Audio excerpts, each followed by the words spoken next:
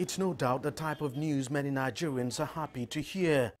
The National Bureau of Statistics says the inflation rate fell to 17.26% in March from the 17.78% recorded in February 2017, and is the second time the inflation rate would be falling after a steady rise in the past 15 months. But the fall in inflation rate comes as no surprise to some analysts who had long predicted that in the coming months the rate would fall to as low as 15%. We should begin to expect some moderation in prices. A couple of factors are accounting for the drop in inflation rate. But most importantly, this is what we call the base effect. Because inflation measures the change in general price level between a particular period and a similar period in the previous year. So because we had a high inflation rate in 2016, so the increment we've seen in 2017 is not as high as it was in 2016. So the base effect is so that we are seeing a moderation in inflation rate. And we expect that to continue throughout this fiscal year. Nigeria is still wading through a biting economic recession, mainly caused by a drop in global oil prices and militancy in its oil-rich Delta region, which significantly reduced its production levels late last year to early this year.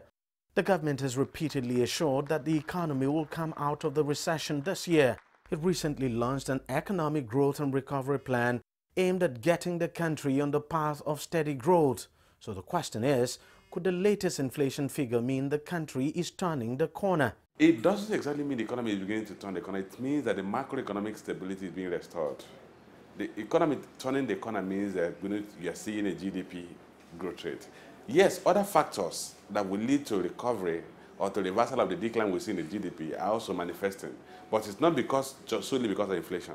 Nigeria's GDP growth rate contracted by minus 1.3% in the last quarter of 2016. The Nigerian government plans to move the economy from negative growth to a positive one of 7% by 2020.